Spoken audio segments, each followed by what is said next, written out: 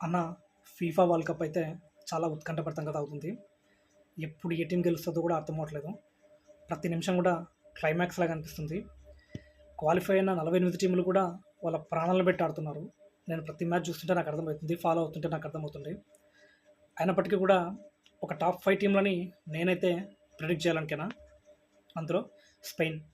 Spain టీమ్‌గా చాలా స్ట్రాంగ్‌గా ఉంది. ప్లేయింగ్ ఎలెవన్ కూడా చాలా బాగుంది.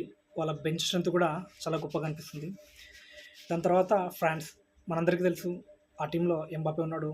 అతని స్పీడు ఒక 20 సెకండ్స్‌లో అతని గేమ్‌ని చేంజ్ చేయగలడు. అది 2022 వరల్డ్ కప్‌లో మనం చూసాం అతని ఆట ఏందో. దాని తర్వాత నెంబర్ 3 వచ్చేసి ఇంగ్లాండ్.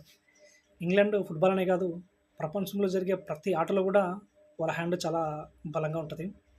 వాళ్ళు కూడా టీమ్‌గా చాలా బలంగా ఉంది. వాళ్ళ డిఫెన్స్ కూడా చాలా బాగుంది. స్ట్రైకర్స్ బాగున్నారు. దాని తర్వాత అర్జెంటీనా. లాస్ట్ 2022 వరల్డ్ కప్‌లో వాళ్ళ విన్నర్స్.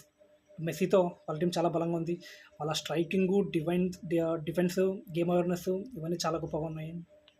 వీటన్నిటి తర్వాత బ్రెజిల్.